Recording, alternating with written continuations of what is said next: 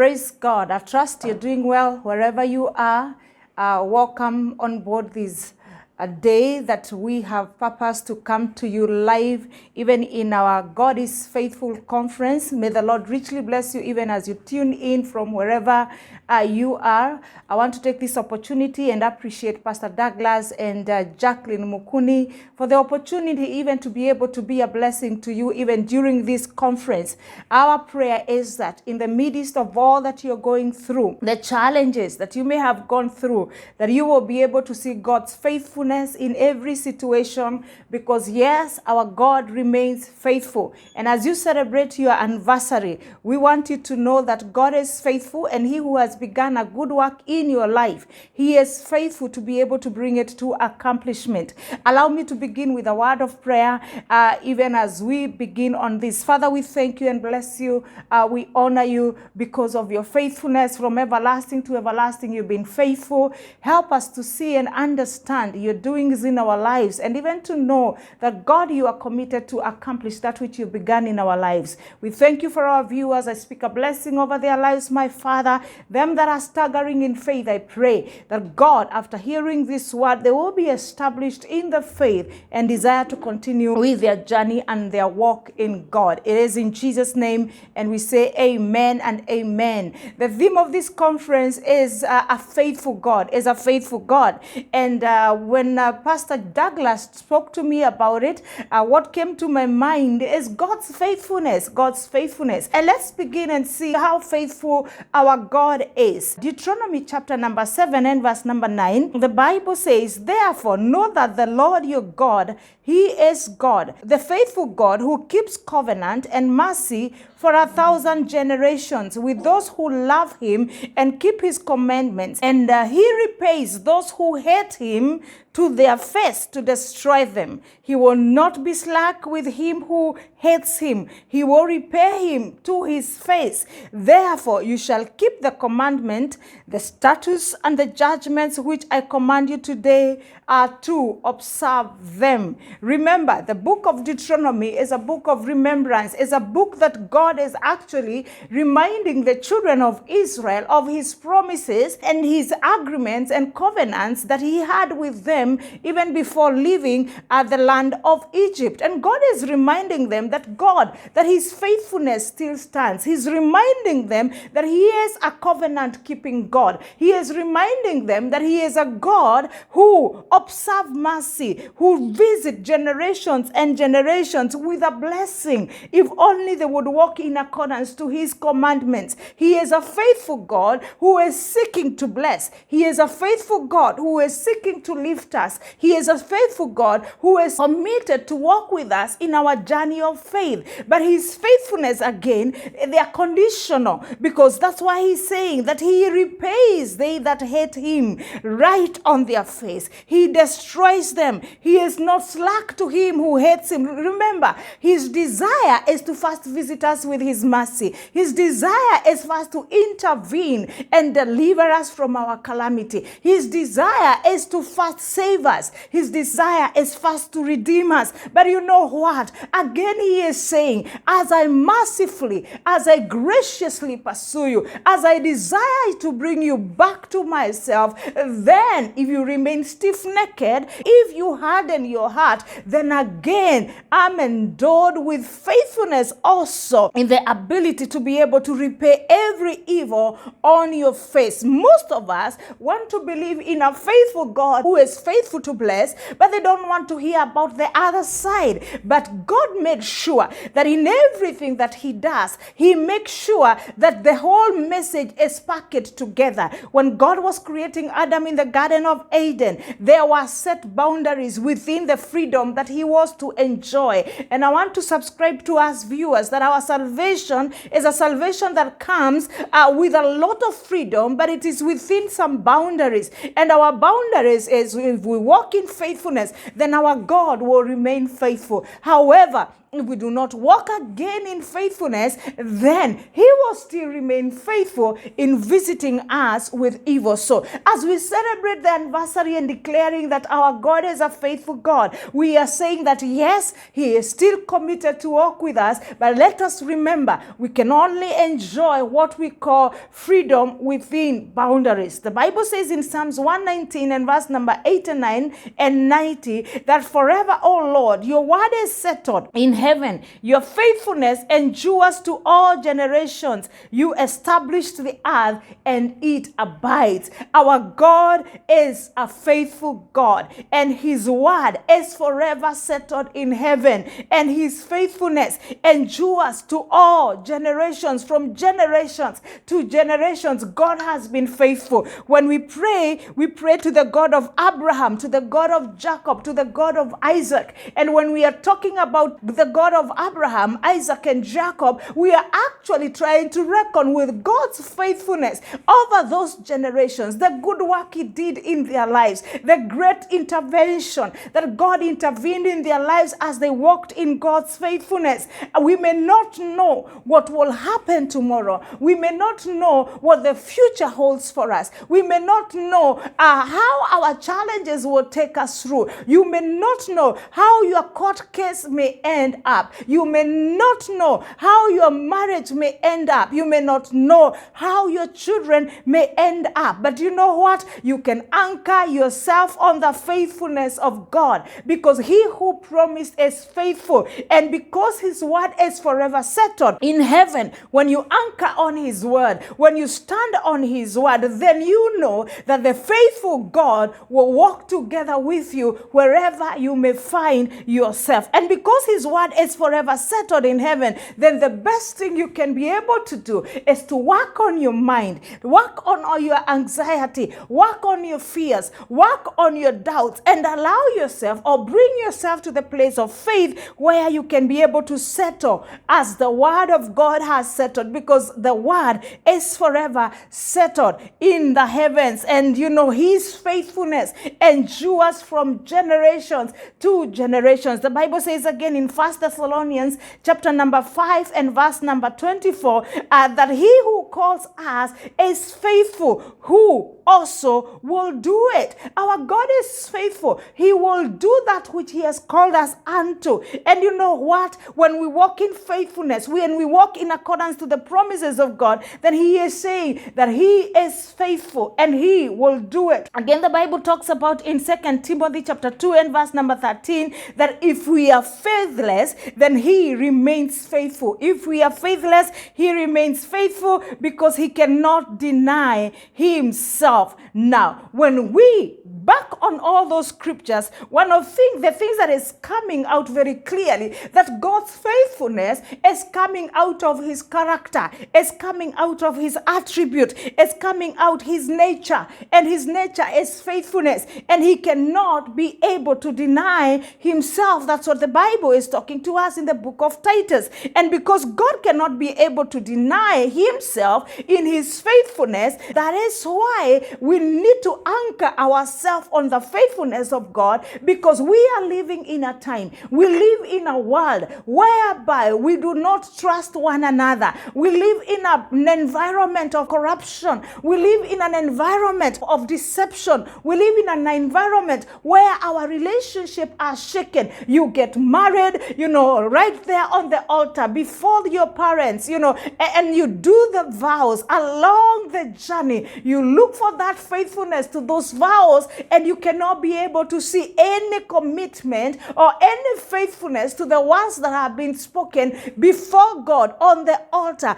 before your parents, and before many people. And I know most of us are living a life of lack of trust, a life of doubt. Why? We have related with people that have not remained faithful. We have related with situations that have not remained faithful. You know what? We can trust in God because God is is the unchangeable changer, and God's faithfulness is based on his character, is based on his attribute, is based on the nature of God. And his faithfulness is unconditional. It's unconditional. And that's why the writer is saying that if you are faithless, then I will remain faithful. Oh, praise the name of the Lord. So even when we lose it, even when we cannot be able to walk in faithfulness, even when we walk away from the Lord, then God is saying that my faithfulness is unconditional. Regardless of your behavior, I, God, will remain faithful, because it is out of my character,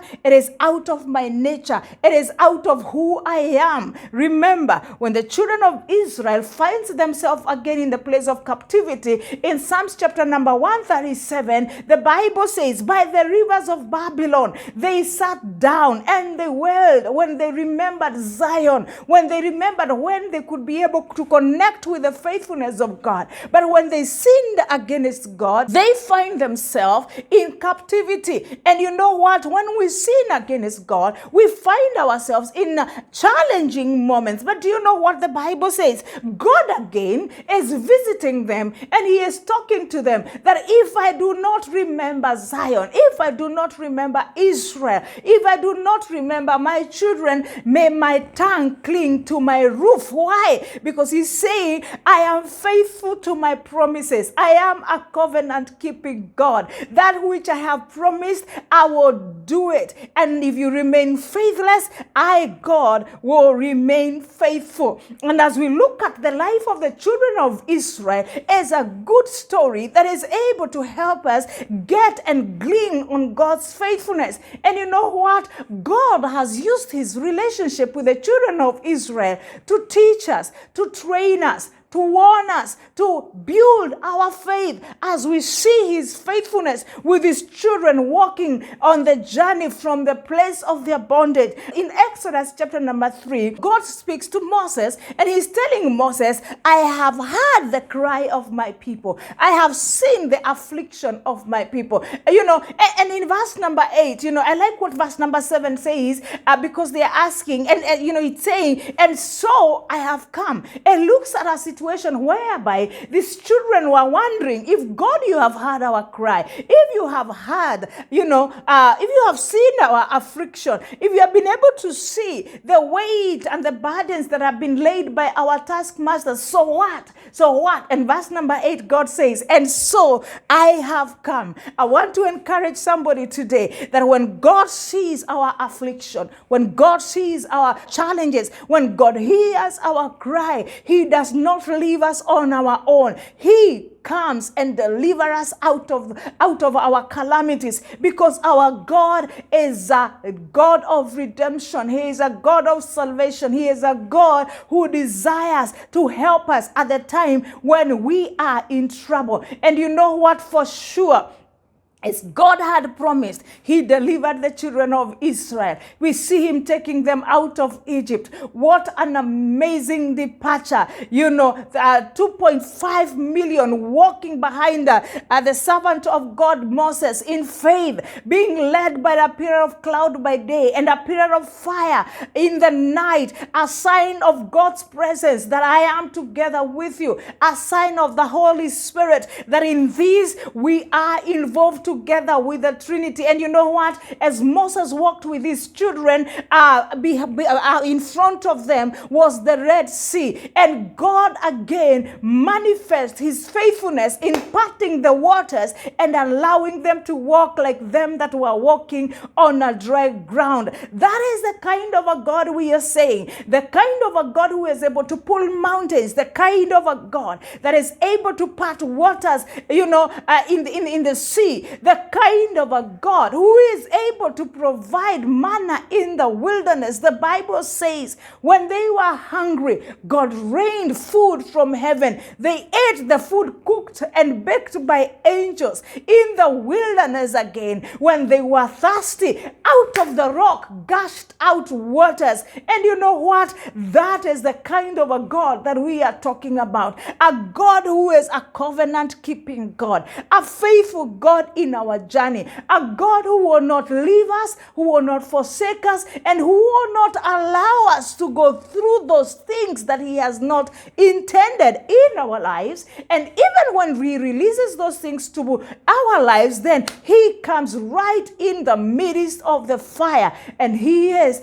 together with us, because our God is a faithful God. Our God is a delivering God. Our God is a healing God. Our God is a saving God. Now, having said that, and with the understanding that our God is so faithful, we need to know, how do we work with a faithful God? Because again, due to the inconsistency of understanding scriptures, many of us have been offended. Many of us have felt like God is not involved in our situation.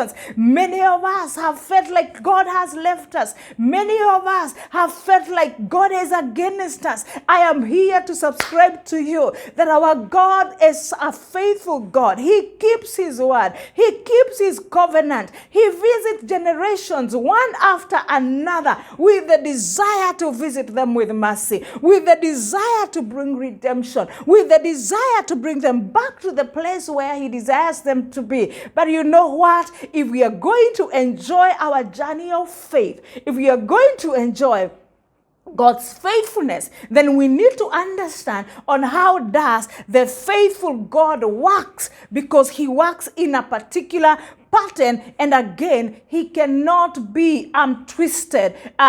He cannot be manipulated. He cannot be pushed beyond that which is within the scripture. So if we are going to enjoy the faithfulness of God along the journey of our faith, number one, we need to embrace the sovereignty of God. We need to embrace the sovereignty of God. The Bible says in Isaiah chapter number 46 and verse number 9 that remember the former things of old, for I am God and there is no other.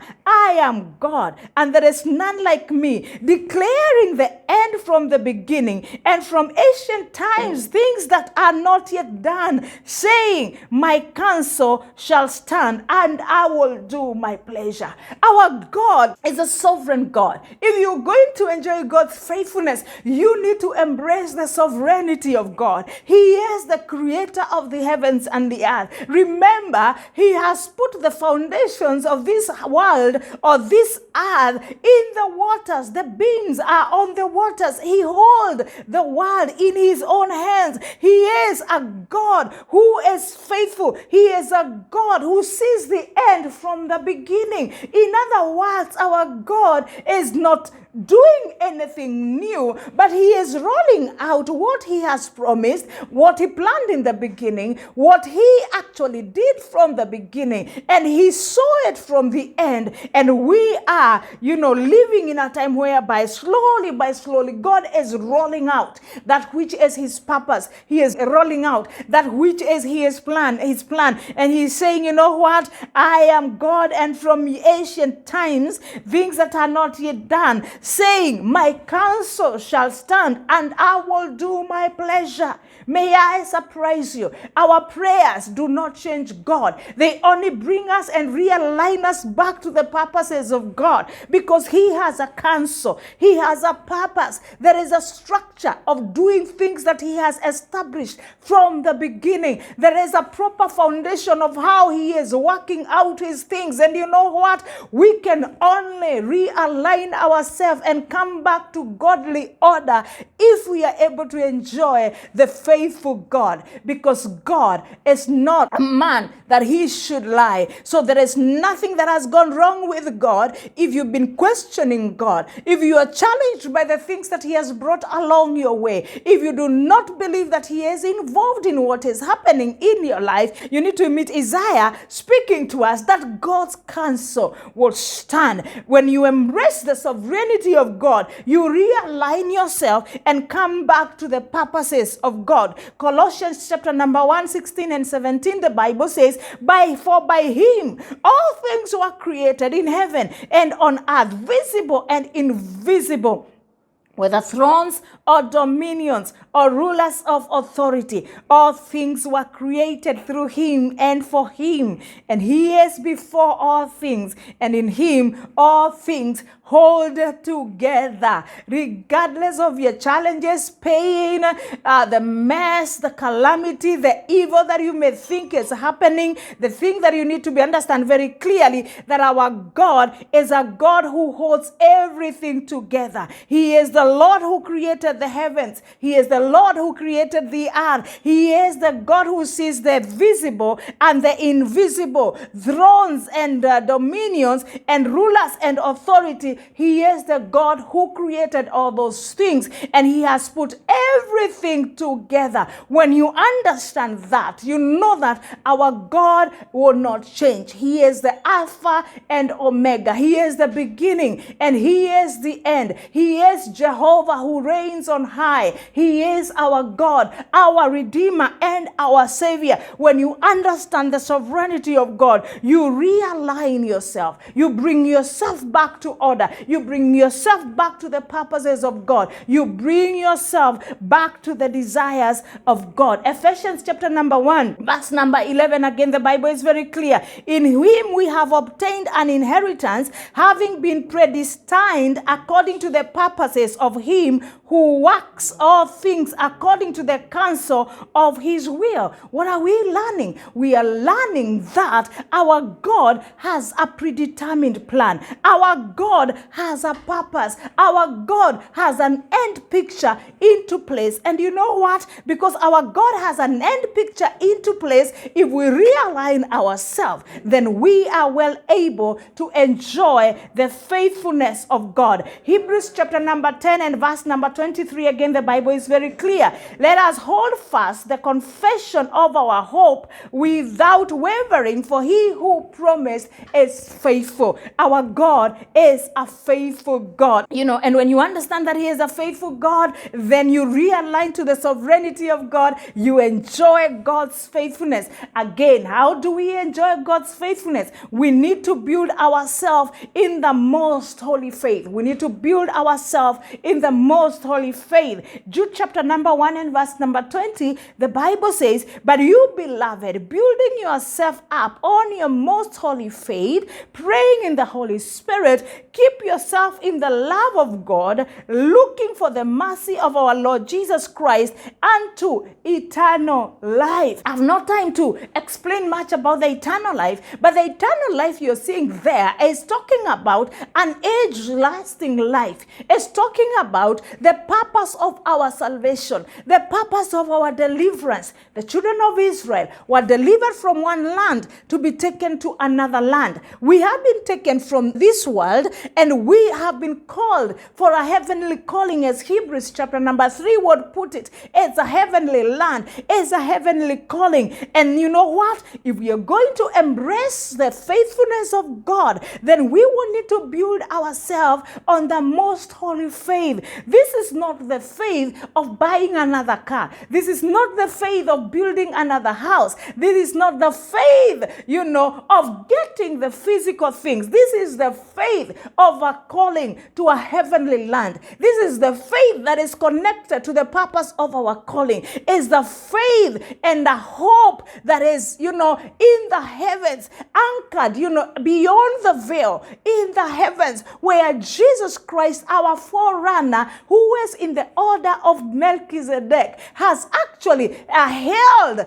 that which is our promise, the coming kingdom, the ruling and reigning of the faithful believer together with the Lord Jesus Christ. It is all about the city that we are looking forward to, whose Abraham and the heroes of faith were looking unto, a city whose maker and builder is God. You need to be founded. You need to build yourself in this faith of the coming kingdom. You need to be instructed on the matters of the kingdom of God. You need to be instructed on the ruling and reigning of Jesus Christ. You need to be instructed on matters to do the marriage supper of the Lamb, because that is the faith we are talking about. The faith which is the culmination of what is the desire of God, that all of us may be found faithful at the judgment seat at the coming of our Lord Jesus Jesus Christ. And you know what? In building your most holy faith, you need to create a relationship with the understanding of Scripture.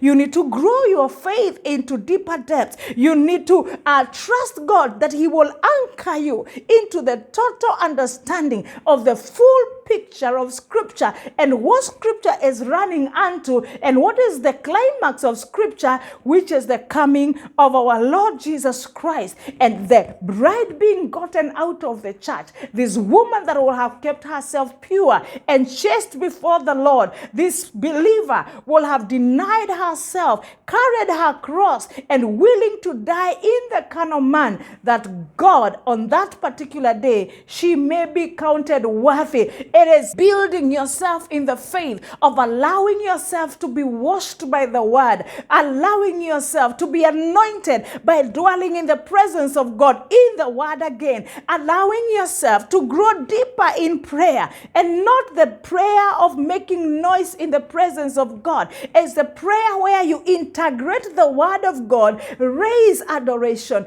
raise supplication, raise intercession in the presence of God, committed to integrating the word of God. Because again, remember, Isaiah chapter number 55, it is very clear that our God will not allow His word to go back unto Himself void. Build yourself in the most holy faith. This is not our land. We are looking for a city whose maker and builder is God. You cannot miss the climax of why you are born again. You cannot miss, the coming of the Lord Jesus Christ and appearing at the judgment seat and being found faithful. You cannot miss the redemption of your inheritance. You cannot miss out on the rewards of the righteous, they that will have endured and fought for their faith. Then as I bring this to a close, if you're going to enjoy God's faithfulness, you must walk in faithfulness. You need to walk in faithfulness. Remember, the scripture we read, the Bible is very clear that He is faithful to visit from generation to generation with His mercy, with His love, with His grace. If you walk in faithfulness, you may not even fear the generational curses, because again, if they are generational curses, then we have a God who is visiting from generation to generation with grace and mercy foremost, if we are walking in faithfulness. And if God was able to break the curse of our sin, there is no greater curse than the curse of our sin. He can break the curse of your generations, if only you're willing to walk in faithfulness.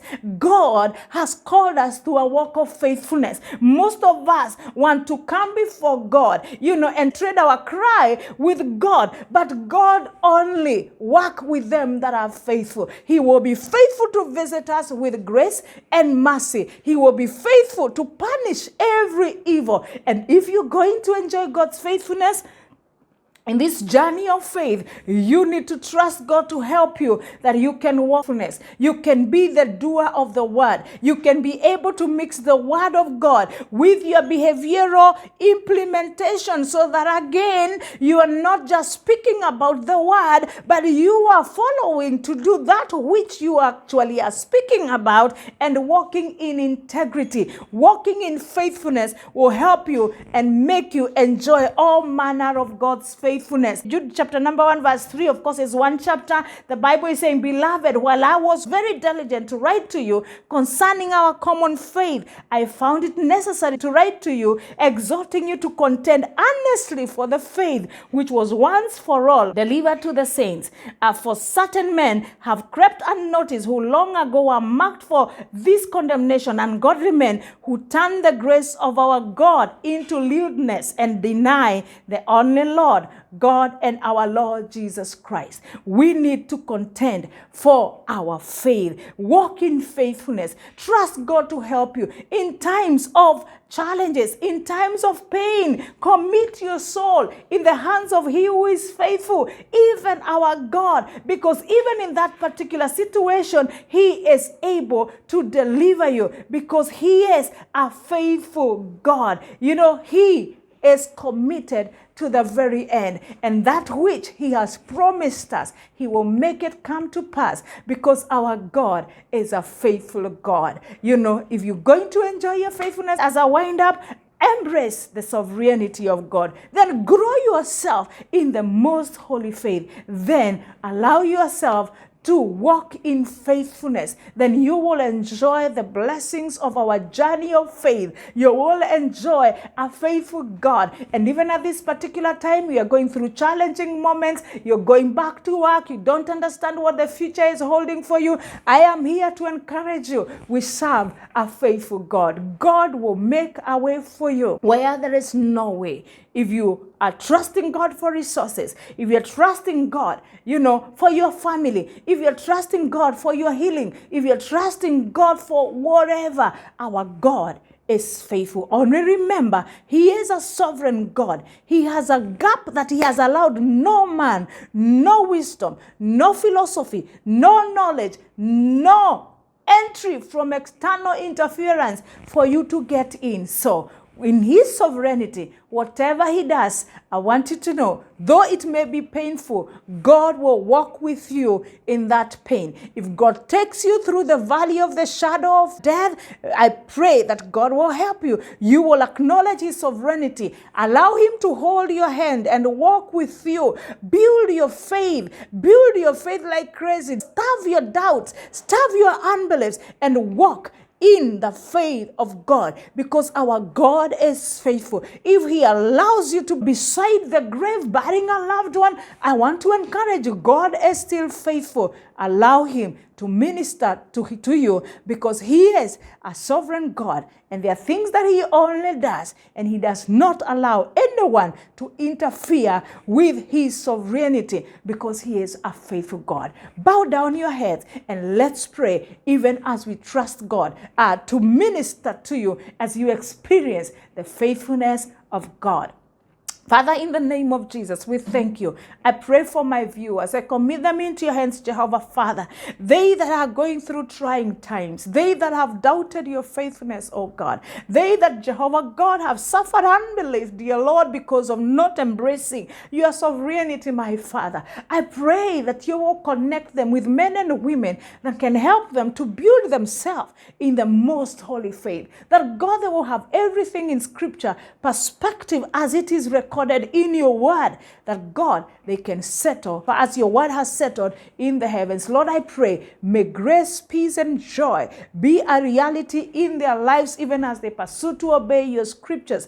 In Jesus' name, we do pray and believe. Amen and amen and amen. Thank you so much. Thank you for tuning in. It was I, Pastor Monica Mlinge, all the way from Mount Zion Worship Center Deliverance Church, where I work together with my husband. I'm a life coach and a psychological counselor. Just in case you need to connect with me, make sure you talk to Pastor Douglas, or 0733-422 is my number. 0733-422 is my number. Subscribe to my online platforms. Monica Mlinge is my Facebook page, and my YouTube channel is Pastor Monica Mlinge. For more of this, keep on following me, like my page, and may the Lord richly bless you.